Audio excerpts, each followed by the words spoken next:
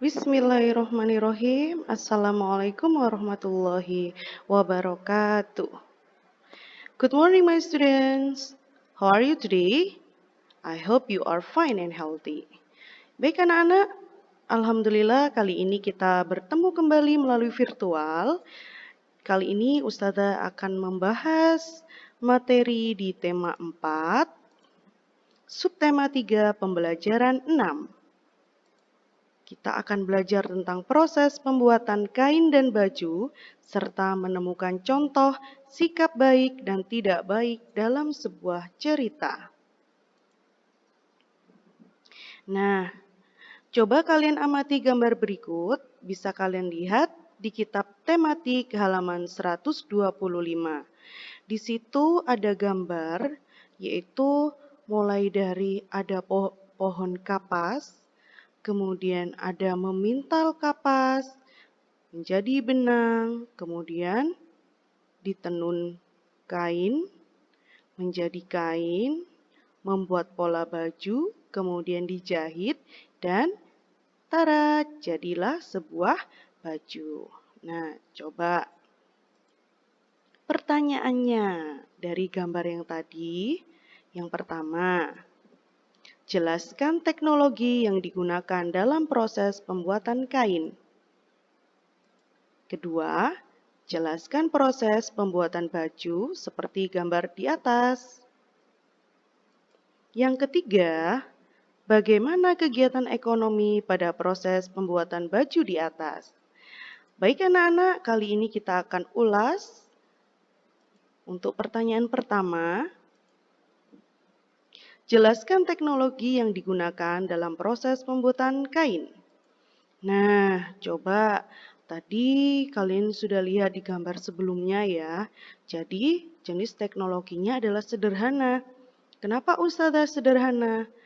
Nah, alatnya sederhana karena berupa alat pemintal kapas, alat penenun, mesin jahit, dan mesin obras. Itu yang digunakan dalam proses pembuatan kain, sesuai dengan gambar di slide sebelumnya. Yang kedua, pertanyaan yang kedua tadi, proses pembuatan baju. Yang pertama, langkah pertama, kapas dipetik dari pohonnya, kemudian diolah dengan cara menggiling kapas, yaitu memisahkan kapas dari bijinya. Langkah kedua, proses spinning atau yang lebih dikenal dengan proses pemintalan adalah proses di mana kain kapas pertama kalinya melalui proses pemintalan dari kapas untuk menghasilkan benang. Langkah ketiga, benang kemudian ditenun dengan menggunakan alat tenun bernama gedokan hingga menjadi lembaran kain. Langkah keempat, kain yang dihasilkan dibawa ke penjahit. Penjahit akan membuat pola baju sebelum mereka menjahit kain. Langkah kelima, setelah pola dibuat dan kain dipotong sesuai ukuran, selanjutnya adalah proses menjahit menggunakan mesin jahit. Kemudian langkah keenam, hasil jahitan berupa baju yang sudah siap digunakan. Nah, untuk pertanyaan yang ketiga tadi, kegiatan ekonomi apa yang terjadi pada proses pembuatan baju? Bagaimana kegiatan ekonomi pada proses pembuatan baju di atas? Penenun kain, kegiatan ekonominya yaitu berupa produksi.